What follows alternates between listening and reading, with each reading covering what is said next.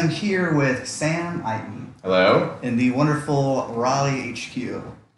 So, do you care to introduce yourself? Sure. So my name is Samuel Itin, and I'm the Director of Analytics at Medthink Communications in Cary, North Carolina. Cool. So, what does Medthink do? So Medthink is a full-service digital marketing agency that actually focuses on pharmaceutical clients. Hmm. And so it does get a little bit complicated because there's actually two sides of the business. There is the scientific communication side, which is Medthink SciComm, and then there's my side, more so, which is the Medthink communication side. That is doing more digital marketing within pharma. The other side of the business actually does more of the kind of like if you have conferences or you have speaker series or a lot more working closely with medical affairs professionals in the pharmaceutical industry, that's what that side does. But actually, I'm part of a team called the Insights and Connections team that it's a cross-functional, multidisciplinary team that works all across different digital marketing wheelhouses and different disciplines to really make sure that we give our client the most bang for their buck and make sure that their ROI is as positive as possible. Cool. So, a big part of what we do at Silvertone is we call it multidimensional analytics. Uh-huh. So, it sounds like you've already hit on that. Yep. I'm very curious as to what data sources are you pulling from? Yeah, so my world that I kind of actually jump back and forth a bit between the scientific communication side and then the actual just communication side. But I would say most of my work is in the communication side because that's where more of the digital marketing components take place. So let's say we are running a digital marketing campaign for one of our clients, and within that campaign, they have banner advertising, they have email advertising, they might even have some social media advertising. Although in the pharmaceutical world, one of the things is that everything is very tightly regulated and very tightly controlled. So yeah, pretty much anytime you have any sort of advertisement whatsoever, any marketing whatsoever, it has to be pre-approved by legal teams. So, but that aside, there's a lot of data that comes from all of the different marketing components that we do. So we can be having multifaceted campaigns, and then through all that data, now we have to figure out, okay, what is all this data telling us? And so a big part of my daily job is to, one, set up all the components and all the tracking needed, whether it's using a tool like Google Tag Manager, or using another type of tag management solution to make sure that we are being as clean and organized as possible and we are tracking the goals that our clients need, and then being able to try to bring all that data together to tell a story. So internally, so our media team can know what's working, what's not working, and so we can try to shift our budget or really maximize the ROI. And then externally, to also use our budget and to present to our clients in a way that makes sense for them. Because a lot of this that we're doing, sometimes within digital marketing, as you know, it is a very big, vast, complicated world. Yeah. And so being able to translate all that in a way that makes sense, that is also actionable, that's another big part of my job as well. Cool. So, I just heard you mention the word storytelling. Uh-huh. So, how do you go about telling stories through data? Ooh, that is a good one. I think there are a few key components that I think of when I think of storytelling through data. And there's actually also a lot of really good books, not necessarily even on storytelling with data, but just kind of storytelling in general. The hero's journey. Or actually, I know one of the best books that I've ever read, kind of just on like business in general or storytelling in general, is actually Creativity Inc., which is from Ed Catmull. He's the guy who actually, I think he was the co-creator of Pixar. Okay. It's an incredible book in terms of like the storytelling magic that kind of goes behind the scenes at Pixar. And if you know anything about Pixar, they obviously know how to tell stories. When we think about using data, I think a couple of components is just for the most basics, who is your audience going to be? Are you going to be presenting to a room full of executives? Are you going to be presenting to marketers that are in the weeds day in, day out, and they know the tactics that they're looking at? Are you going to be presenting to more technically oriented folks, less technically oriented folks? So thinking about your audience, I think, is a really key component of it, because you want to, I wouldn't necessarily say scale up or scale down in terms of delivering the information, but in terms of how deep down the rabbit hole do you want to go at first glance. Right. You know, if an executive has 10 minutes to understand something, or maybe 5 minutes to understand something, then you want to be able to convey that point across in 5 minutes. If you are talking to a marketer that this is their baby and this is their campaign, you might have more time with them. So I think that's one big picture component that I always want to keep in mind. Yeah, so knowing your audience is definitely a big part of it too. I mean, just like when you're doing analytics, you have to segment, right? So you're segmenting as you are delivering your data analysis or your data storytelling too. So I think that's one component. The other is make it as easy. So I think generally, let's say if you're building a dashboard, and I know we're going to be probably talking a lot more about Tableau later, but one of my favorite features about Tableau is using actually there is kind of a storytelling feature where you get to stitch multiple dashboards together. Mm-hmm. So you do want to tell a story where you want to walk people through, you know, here's where we started, and then you kind of go on the journey with them. And I think a lot of times people are afraid of numbers, and once they see numbers or once they see data, they might be naturally a bit, you know, skeptical, or they might feel like this is going over my head. Just shut down. Yeah, and just totally shut down. But I think that if you approach it with a sense of humbleness, where you kind of want to go down the rabbit hole together, and that means as you present the data, to be able to present it in a way that is intuitive, that makes sense. I mean, there's a lot of other like little things in terms of, you know, visualizing data, such as, you know, thinking about the colors you want to use. So like, you know, the reds and the greens, like people associate green with good and red with bad, so you want to avoid that. So there's a lot of other little kind of details that kind of go in to the bigger picture of presenting the data. But, you know, yeah, storytelling is really just kind of knowing your audience, you know, meeting them at their level, you know, being able to make it as easy as possible for them to follow you. And I think also one of the most important things is I always think of when I'm presenting something, you know, you have to answer the why, right? So when you're presenting data, you kind of, at least what I think about is, why does it matter that I'm telling you this? And so if you really can't answer that, then you might think, is it actually necessary for me to show this data? Right. And so I always kind of have that in the back of my mind, and that's something that I always think about. And also, you want your data to inspire action.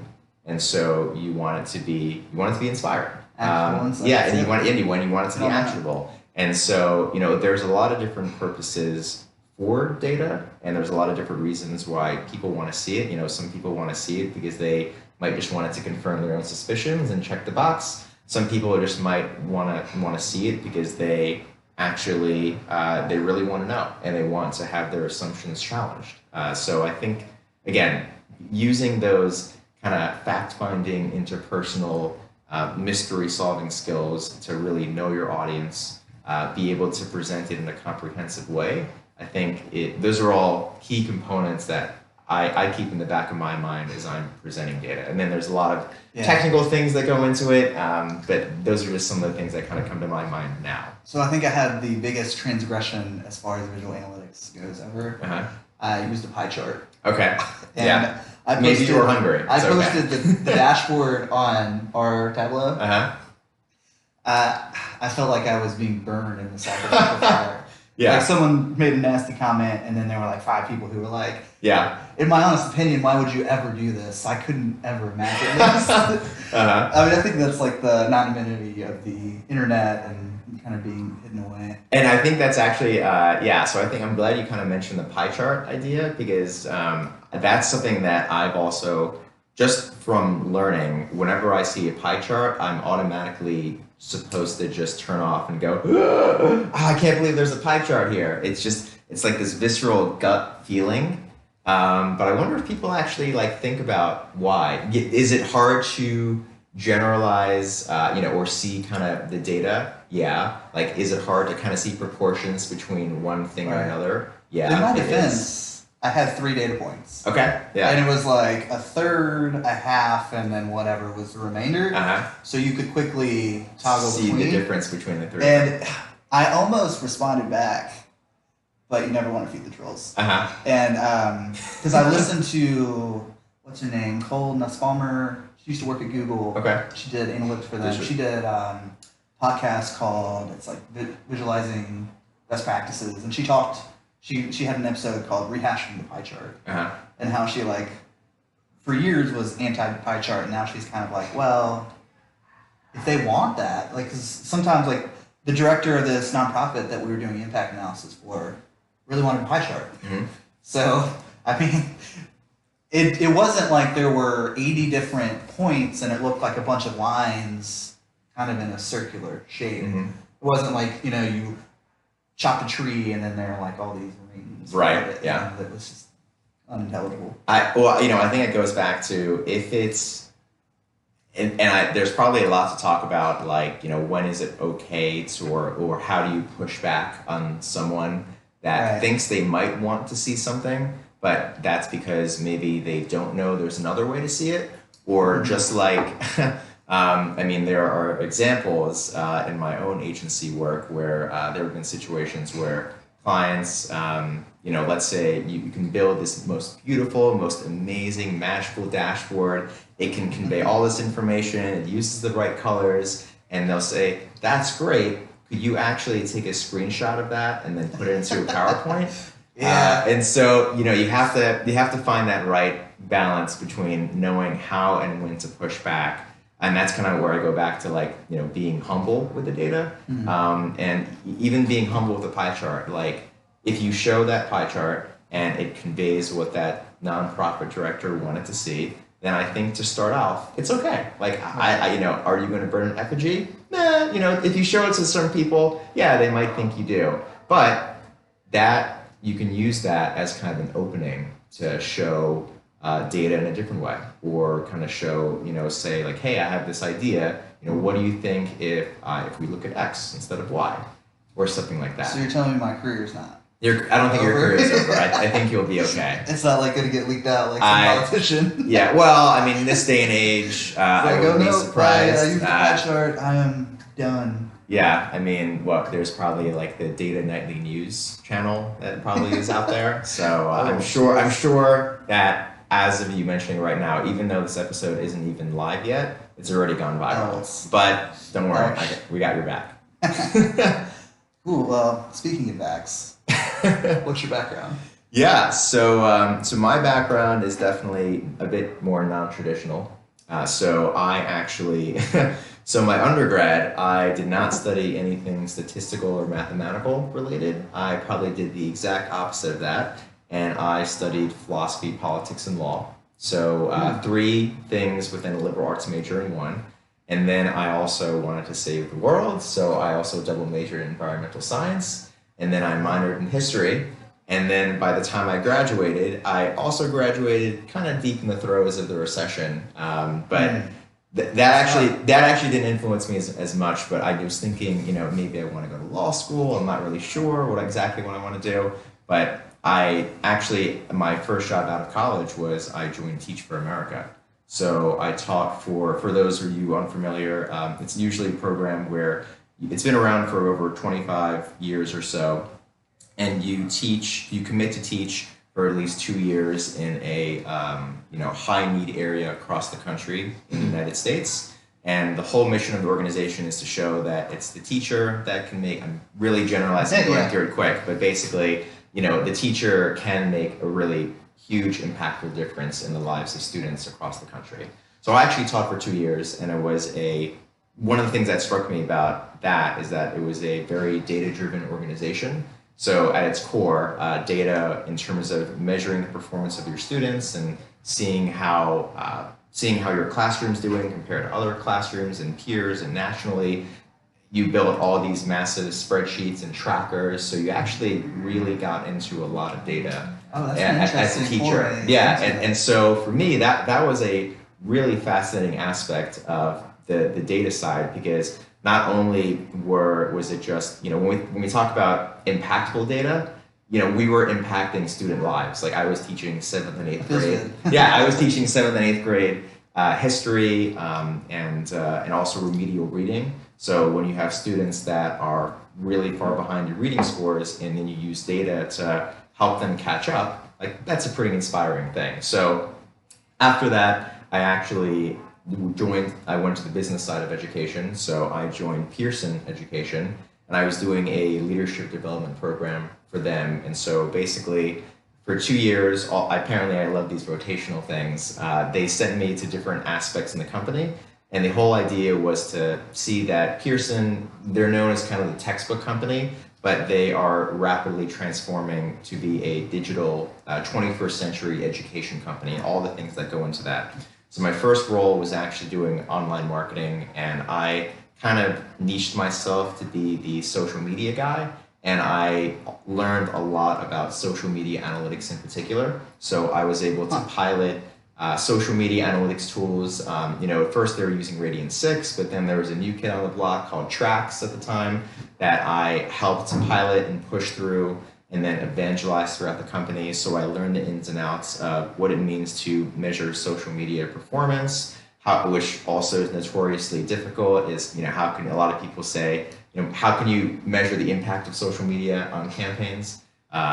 Which there's also a lot that kind of goes into that. So a big part of my job was figuring that stuff out. And so I got exposure into a lot of different aspects of digital marketing and social media in particular. But then eventually I then became part of this program. I became a program manager where I had to manage the portfolio of 9 different virtual schools across the country, which was also how this is connected is that in a virtual school environment, and I actually wrote my master's thesis on this very virtual school company that I had the chance to work for, so I could not pass up this opportunity. And a big part of being in virtual school, unlike a traditional school, is that automatically you can measure everything because everything has a digital trail.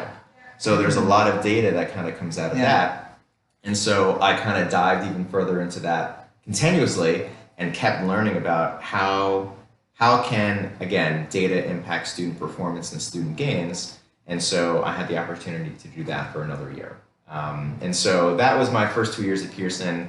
And then eventually I did some product research work, and then I resettled back into the online marketing world, being an online marketing analyst. And that is where I dove into not only Adobe Analytics, but also using Tableau, getting my hands on massive set of Salesforce data, doing everything from being, basically we were kind of the central digital marketing team that marketers and salespeople and pretty much anyone within the K-12 part of the company would come to us, and they would ask, how do we make a digital campaign?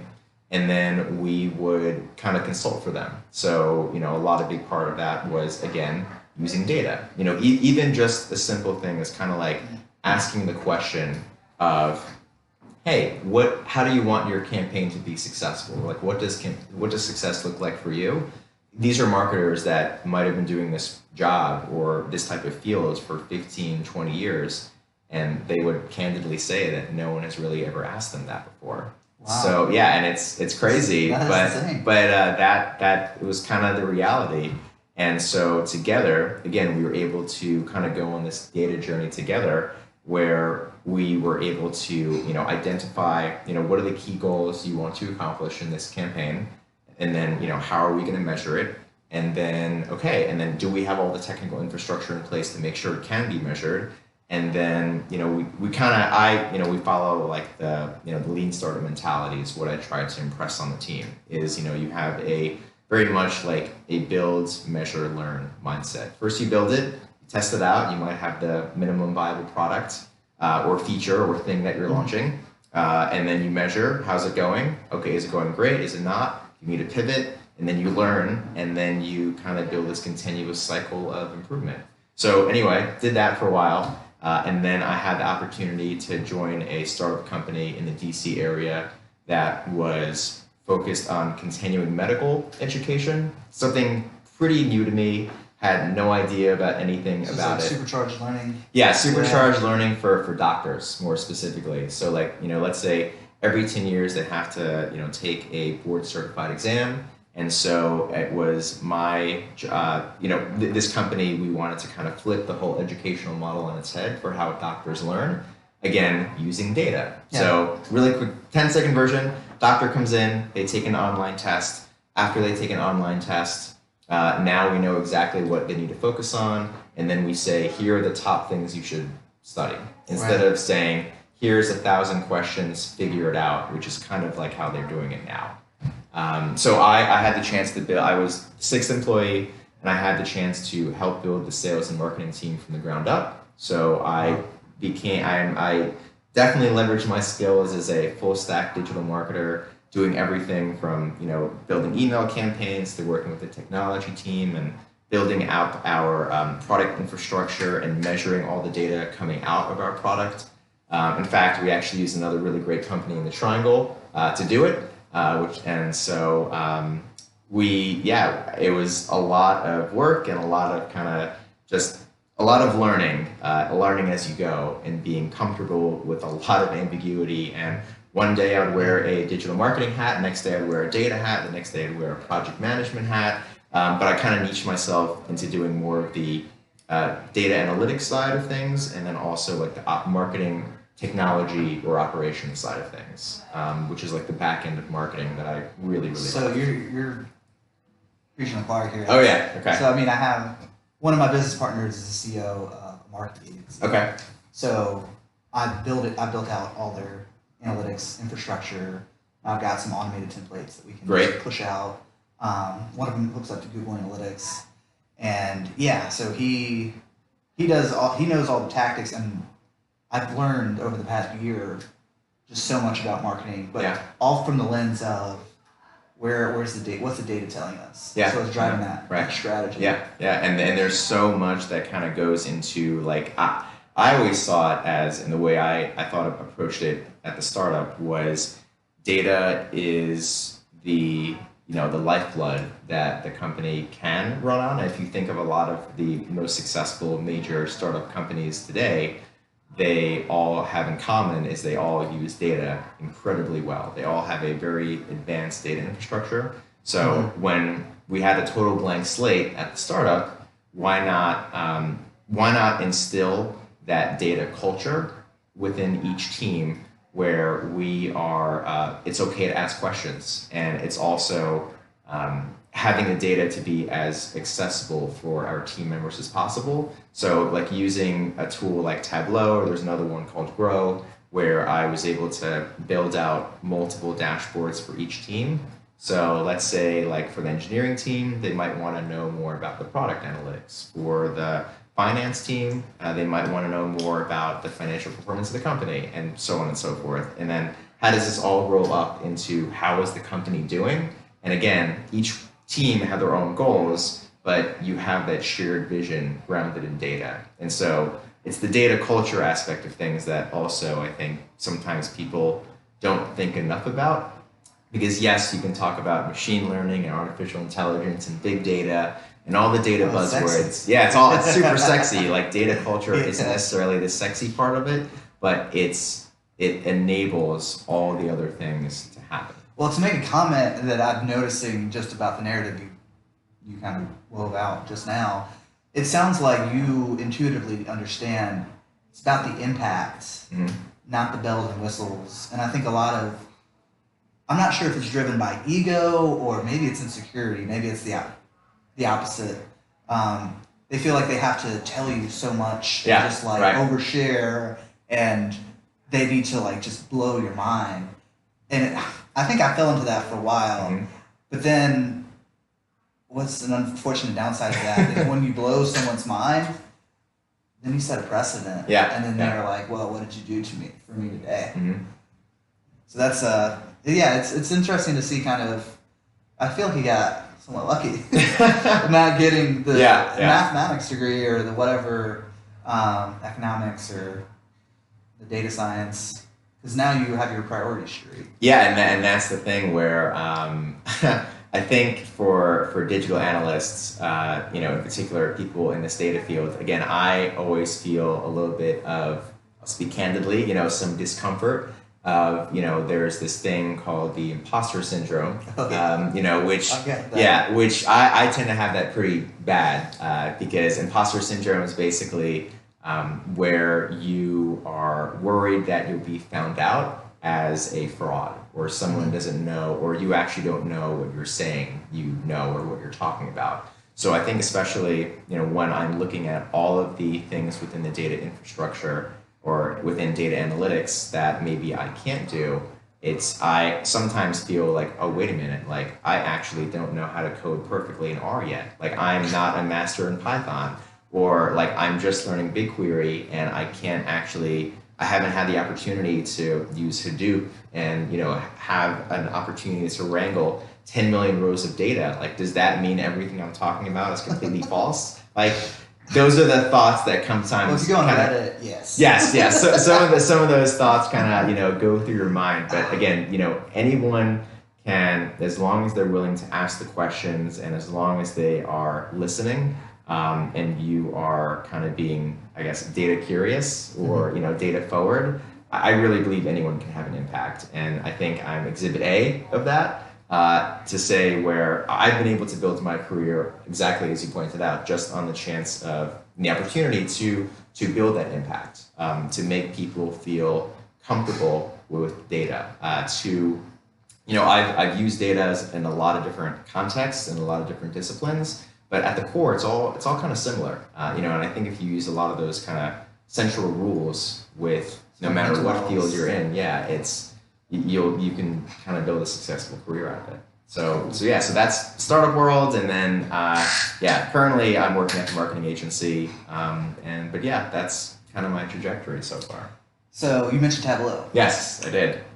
Tell me more about that. Yeah, so Tableau is a tool that I am definitely a really big fan of for a lot of reasons. One of them is it did help me kind of jumpstart my ability to create insights quickly and easily without having to perhaps be a data scientist or feel like I need to be a data scientist to get answers. And so the way that I actually learned Tableau, just like a lot of what I've learned, is through just sheer will and experimentation and asking a lot of questions. It was when I had access to our giant Salesforce database when I was working for Pearson Education, and I just was thinking, okay, I've heard a lot about this Tableau tool, and this was maybe a couple of years ago, and I know it's a useful tool. I'm going to download it, then I'm actually going to reach out to them and say, hey, could you send me every material that you might have on Tableau? And they said, great, sure, yeah. So they sent me webinars, they sent me pamphlets, they sent me lots and lots of resources, and I just read and I did online courses, and then I just kind of experimented. I said, okay, what happens if I press this button? Oops, I broke it. Let me start over again. The back button. Undo. The undo button, Control Z, I use a lot in Tableau. Yeah. But I downloaded a giant set of data, and then it was a lot of different fields. It was like the lead source and where the lead came from and the city and typical Salesforce sales stuff. And basically, I was able to analyze a whole bunch of data. And then that was a little side project that I did. And then I presented to my manager and said, hey, I don't know if anyone has ever done this, but I want to show you something. And so he said, sure. So I think over lunch one time, I'm like, all right, let me show you what I got. So I used the story mode and I built out a few different dashboards. And he was pretty impressed because Tableau allowed us to visualize the data in a way that has never been seen before. Right. Or at least my manager and my manager's manager has never really seen before. Because when they're when they're getting reports, typically they might get in a PowerPoint, and that might be it. Or if they're talking to the data, well, there really wasn't kind of at least as I was aware of the data team back then, which it might be different now, but trying to get answers, it might take you a year to get an answer to a question. This allowed us to say, we showed the dashboard, and then people went, "Hey, that's interesting.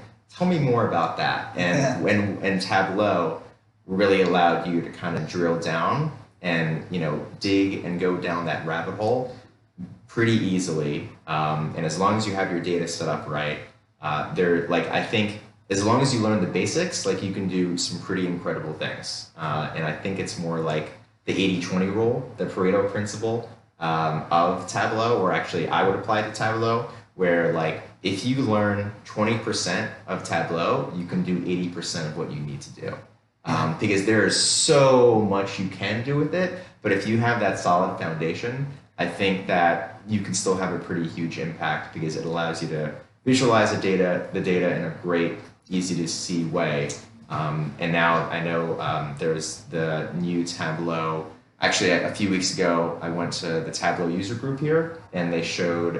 Is it a new day for data or something like that? Yeah, it was a new day for data. Greensboro on the 5th. Yeah, and they also showed the new Tableau tool. Not Tableau Analyze. It's the one that. I can't remember. Yeah, it's basically it's kind of like. Well, I'll find out about. Yeah, it allows you to structure the data and clean the data in a way that would normally you'd have to give to a data scientist or an IT department in 6 months. The name will come to me later. I promise I'll remember. Yeah, it comes for free with Tableau now. Wow. Yeah. So anyway. Well, it's interesting getting back to the whole imposter syndrome. It's almost flipping that on its head in that I'm in meetings with people that are in their 50s and up. And they are, let me be nice. Diplomatic, I think is the right term. Technologically challenged. So the fact that you don't have all this experience, but more so people who are coming up now, I mean, they had a smartphone at age 12. So they are digital natives. Intuitively, more technologically literate than people up, in the higher power positions. But what you can do, and I don't think all of the executives or influential people are open to this, but what you can do is find people who are open-minded and willing to learn. Yeah. And I think they have to embrace that lifelong continual learning. Yeah, they have to have a growth mindset. Because you can partner with someone that is got this wealth of knowledge and then just put that little touch of Tableau on top of it and just blow it up. That's kind of how Silvertone Analytics, because one of our partners is, he is a fractional CEO. So it's almost like you've seen foreclosed houses. You go, you buy a foreclosed house, and you swap everything out and then sell it for much higher. He does something very similar for organizations. So they're struggling. He comes in and then swaps out. Turns things around. Yeah. But now, instead of him just getting paid while he was consulting on site then, he now can leave behind our analytics solution that's pretty evergreen. So that's kind of how... Oh, got it. And I mean, let me see, I met him about 9 months into first opening Tableau. And over that 9-month period, I was already producing enough of a minimal viable product for him to say, I want to partner with you. I can see how this can apply across the board for all the consulting that I'm doing. So I thought that was a pretty interesting little anecdote there. So I guess in closing, do you have any specific advice for people who are trying to get into the analytics field? Ooh, yeah. I would say don't be afraid, and you can surprise yourself with, I think, so when I think about my career progression and when I think about how the world of marketing or data has evolved in the past couple of years, even the things that I started doing as a marketer a couple of years ago have rapidly evolved and changed. And I think a lot of times people think that they might need to be classically trained in something to be effective.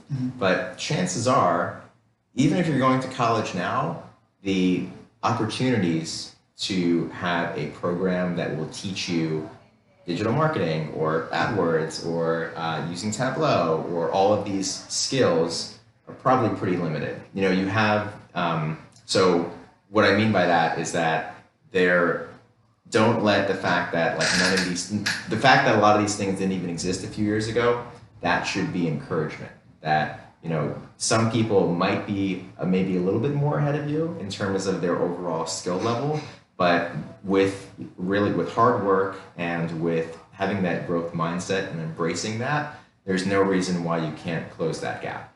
And so go on the lookout for a lot of opportunities to learn. So one of the things that I did to learn was there was I think it's not around anymore, but you can find opportunities like this, like the Analytics Exchange, where basically it was a program that kind of paired up mentors with proteges within the analytics world.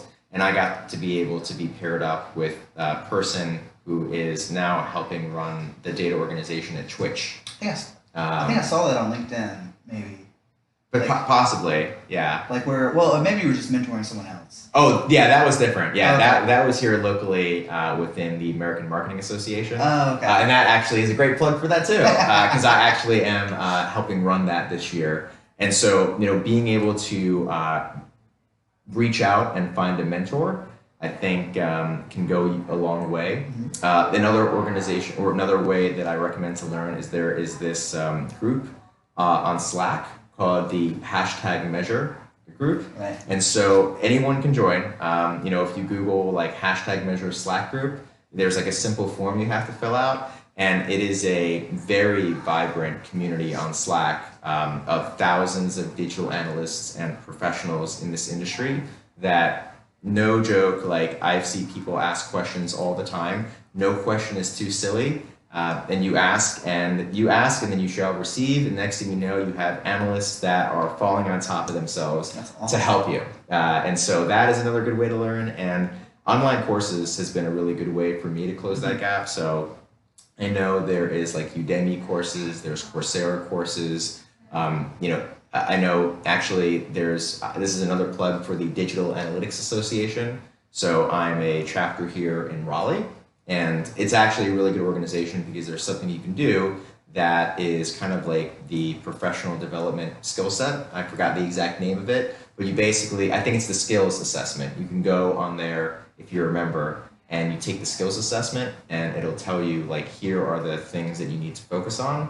Right. Because I often kind of drive myself crazy with like, there's so many things I need to learn, and that's okay. Like learning, kind of having a game plan of what you want to learn. And I approach analytics the same way, or I approach my data the same way, this is something I actually learned from the classroom, which is a concept called backwards planning. So you want to begin with the end in mind, right? So, you know, what goal as an analyst or as a budding analyst do you want to achieve? Do you want to be the data, you know, engineer that can like, you know, run circles around SQL queries and be like the go-to person for that? Do you want to be someone that, I know like Harvard Business Review just mentioned this newer job that is like a data translator, someone that can connect the data teams with like the business teams and kind of be that intersection to kind of translate things. There's so many different opportunities to kind of get into this field. Don't think that you need to be a data scientist or you have to be an extreme coder to add value. You can add value in whatever you're doing, and wherever you see a gap, there most likely is probably an online course for that too. Cool. So, yeah. Well, I appreciate your time. Yeah, of course. It was lovely chatting with you, man. Yeah, I'm happy to chat and glad we got to talk about data and career and all that other good stuff. All right.